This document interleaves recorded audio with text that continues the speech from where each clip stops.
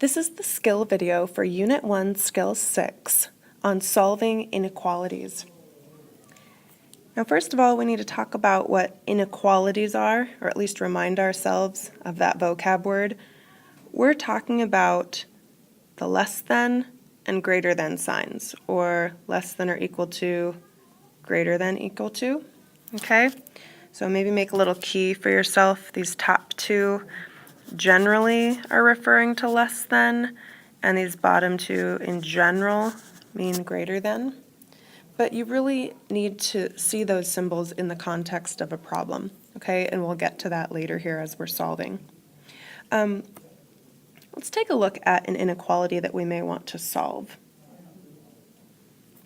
Okay, number 1, 3x minus 12, and then I'm going to use that kind of generic less than symbol, and then 3. Okay, so here when we solve, it's very much like an equation. We're still trying to solve for x, but x can take on a whole bunch of values now. We're trying to find all values for x, where 3 times x and then subtract 12 is any number less than 3. X could take on more than one value, so we're trying to find that interval of values, and then we're actually going to graph that interval on a number line. The solving process is just like if this were an equal sign, so kind of pretend it's an equal sign. Okay, we would start by adding this 12 to both sides, right? So that those cancel out. We would bring down the 3x, and then bring down that same exact symbol. Do not flip around the sides of the equation. Keep the left side on the left and the right side on the right. Otherwise, that symbol in the middle is going to get flipped, and we don't want that. And then 3 plus 12, 15. The last step, we would be dividing by that 3. Whoa, why did I write a 5? That's weird. Divide by 3. There we go. And then here we'd have x, bring down the less than sign, and 15 divided by 3 is 5. Oh, that's where that 5 was coming from. So this is our answer, okay? The way that I would say that, x is less than 5, okay? You may have had a teacher say something about the alligator mouth, right? You treat that inequality symbol as an alligator mouth with sharp teeth in there, and the alligator's hungry and is always eating the bigger side, right? So if it's eating the 5, then x must be smaller than the 5, so x is less than 5, okay? Now I also want all of these possible solutions graphed on a number line. So on your worksheets, those number lines may be drawn out for you, but here, just draw a simple number line. We need to represent x being less than 5, so how about 0, 1, 2, 3, 4, 5. Now we know numbers less than 5 are to the left of 5, okay, like down here. I'm coloring over basically all the numbers on the number line that are less than 5. And we know these numbers are going to go all the way to the left, in fact, all the way to negative infinity, right? Now, these numbers get closer and closer and closer to that 5, but never really touch 5, right? Because they have to be less than 5. So we put this circle like this around 5. That's kind of your starting point on the number line. We call it an open circle, so it's not filled in. And then we shade to the left. So that graph represents all values for x that are part of the solution. X is less than 5. So that number line is going to be a part of our answer here. Let's go ahead and look at a second problem. I'm going to move this example off to the side. Okay, here's example 2.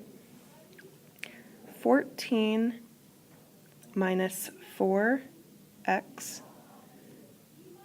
is greater than or equal to 38. So again, we're going to solve this kind of like an equation, and our first step to get x by itself would be to subtract this 14, right? This constant term, we want to cancel it out. We'll subtract 14 onto the other side. We're left with this negative 4x is greater than or equal to, right? I'm just bringing the symbol down, unchanged. And then 38 minus 14 is 24. Now in this second step, this is that division step, right? We're trying to get rid of that negative 4. Now you may remember from Algebra 1 that whenever you're dividing by a negative right here, something important has to happen, okay? And it has to do with this symbol. In this step, when you divide by a negative, you flip the symbol. So when these cancel out, we write x is now less than or equal, and then you get your answer. 24 divided by negative 4 is negative 6. And it doesn't matter if the answer there is positive or negative. It had to do with what you were dividing by on both sides. That number, when it is negative, you flip the symbol, the inequality symbol. So let's write, when dividing by a negative, flip the symbol. That's really important to remember. That's the one big difference here, something that we have to be careful of when solving inequalities versus just regular equations. Okay, so notice that step. So that is our answer. We've flipped it. X is now less than or equal to negative 6. And the number line that goes with that, now we need to start 0 up here. Okay, negative 1, negative 2, all the way down. I'll actually go a little further, negative 7. Numbers less than negative 6 are further to the left on the number line, like way down here, right? And now if x can be less than or equal to negative 6, that means I can come all the way up and include negative 6. So you may remember that we actually fill in that circle, so we don't leave it open like before. That equal to symbol means that we get a closed circle. Okay, and then the shading goes all the way to the left, again to that negative infinity. So that would be the graph that represents x is less than or equal to negative 6. Now let's look at one final example. I'm going to move this over.